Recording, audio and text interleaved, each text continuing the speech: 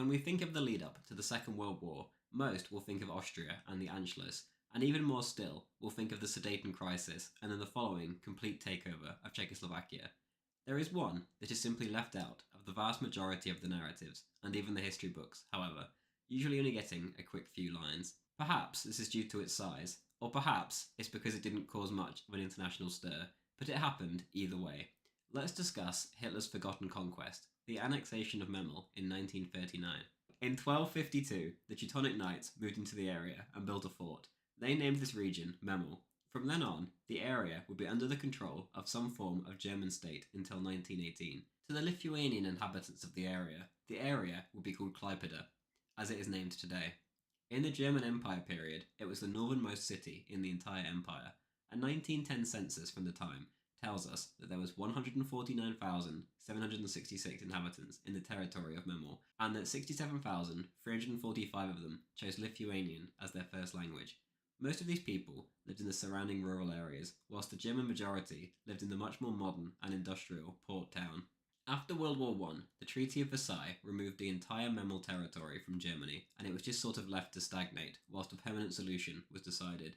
The French moved in to govern in the meantime, and both Poland and Lithuania campaigned for their right to the area, but the League of Nations didn't act at all. The most likely future for Memel seemed to be free city status, like that of Danzig on the other side of East Prussia. In an event that will be relevant later, the Poles seized Vilnius from Lithuania in 1920. According to Polish, Russian, and German census data from the previous 2 decades, only 2.6% of the population of this area was actually Lithuanian. However, it was the ancient capital of the former Grand Duchy of Lithuania. Lithuania broke off relations with Poland and appealed to the League of Nations. All efforts that Lithuania made to bring Memel into their nation failed, both with the League of Nations and with the residents themselves.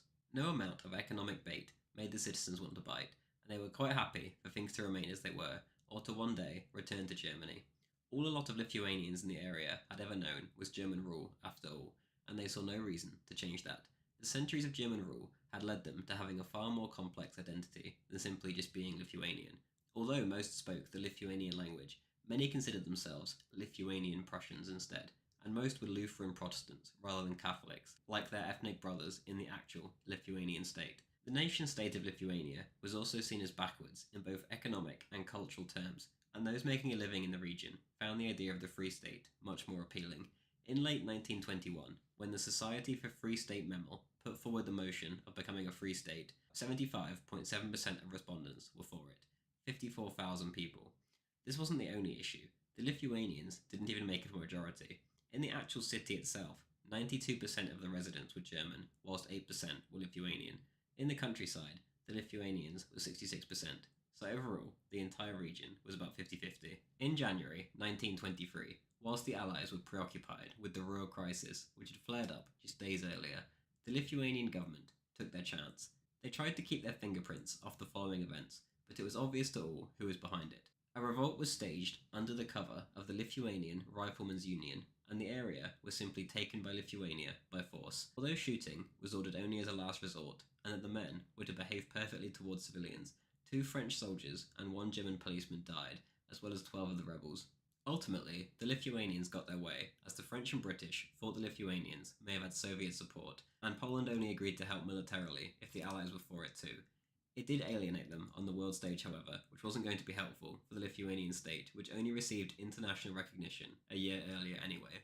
The lands taken by Poland a few years earlier were quickly internationally recognised by all the major powers that mattered, and Lithuania was pretty much left politically isolated on its own until the next crisis, this time with Hitler's Germany. Adolf Hitler had dragged Germany from its wretched state before into a force to be reckoned with, and was making serious waves internationally. Most watched on as Austria united with Germany, shrugging their shoulders, since after all, it was what the majority of the people wanted. The same was the case in the Sudetenland, but the Czech government was ready to fight if necessary, and a gigantic international incident occurred, taking Europe closer to war than ever before since the Great War. It was resolved, however, but now Hitler was on thin ice. Regardless, he managed to take Memel from Lithuania quickly and easily in 1939 without too much of a stir. For years, much like Germans in the Sudetenland, the Germans in Memel had been working both openly and behind doors to become united with Germany. Hitler himself had sponsored many of these men, but ultimately none of the movements came to fruition, and only resulted in many getting thrown into jail. In response, Hitler would impose economic sanctions on Little Lithuania. One strange one, resulting in a geese crisis. Lithuania was mainly agrarian at the time, and they could now not transport their geese through Germany to the Netherlands, a big customer of theirs. The economic sanctions weren't lifted until after the annexation and would be used as bait to pressure the Lithuanians to negotiate. In early 1938, Hitler, in keeping with his goal of uniting the German people into one nation, stated that reclaiming Memel was a top priority. In March, Poland issued an ultimatum to Lithuania, demanding that they reopen diplomatic negotiations, which had been broken ever since the war in 1920. Lithuania backed down. Still in 1938, Germany demanded that Lithuania allow the pro-German groups in the area political freedom, as they were currently being persecuted, but the memorandum was simply ignored. In the 1925 elections, 94% of the voters, including many Lithuanians, had voted for the German parties. The Lithuanian dictatorship simply refused to recognise the results, and from then on, authorities would jail any seen as being guilty of, quote, preserving German heritage. Lithuania felt that they could simply ignore problems like this and claim neutrality, hoping to gain Allied sympathy. It didn't work. After seeing their fellow ethnic Germans in Austria, and in the Sudetenland, successfully cause an international scene and manage to become united with Hitler's Germany, the Germans and so-called Prussian Lithuanians in Memel began organising public demonstrations. By now, the writing seemed on the wall that Germany was going to get what they wanted, either by force or by diplomacy. And what could little Lithuania, isolated from the world, possibly do against Germany? She chose to negotiate. In December 1938, an internationally supervised plebiscite was held in the region, and the results were predictable.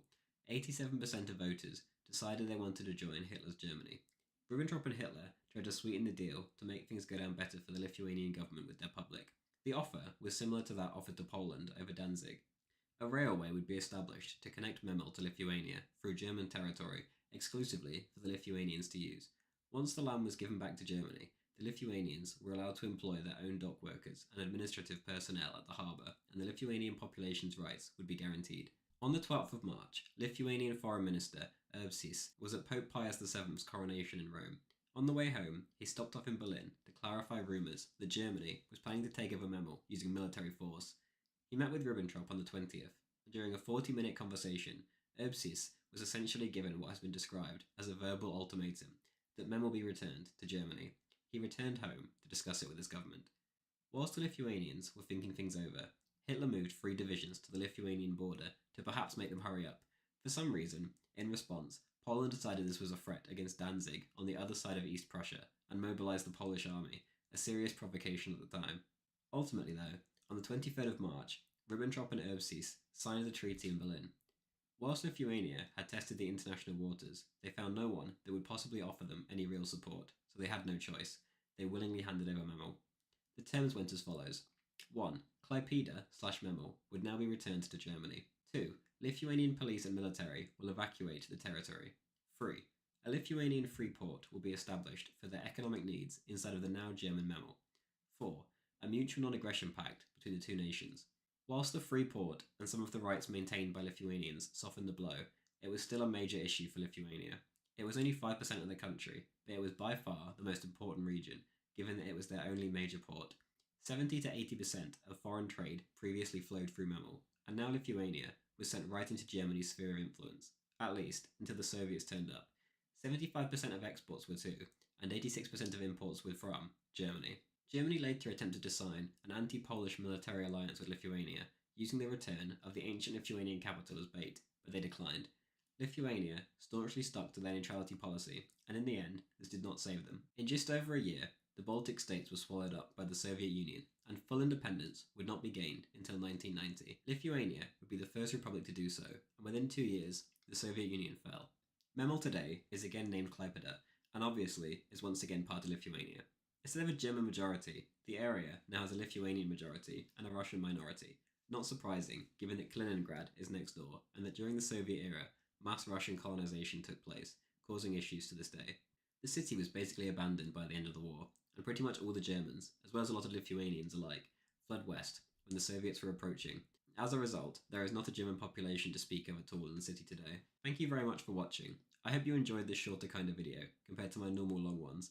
The original plan was to post 2 this week, before the Hitler one this weekend, but I've been about as ill as I've ever been, so I only just managed to make this one. A special thank you as always to my patrons. If you do want to join our Discord or our weekly Hearts of Iron 4 games, or if you simply just want to support the channel, please consider clicking the link in the description to help for as little as $2 a month. Any amount helps more than you can imagine. Thank you to Lobster to You, Darway Lolalol, Sigmar, Emperor Titus, Luke David Murphy, Chechen Natsog, Anton Bergland, Levi E, Lanza, Friendly Brian, Bushak, Firefly Enterprise, and Henry Unruh.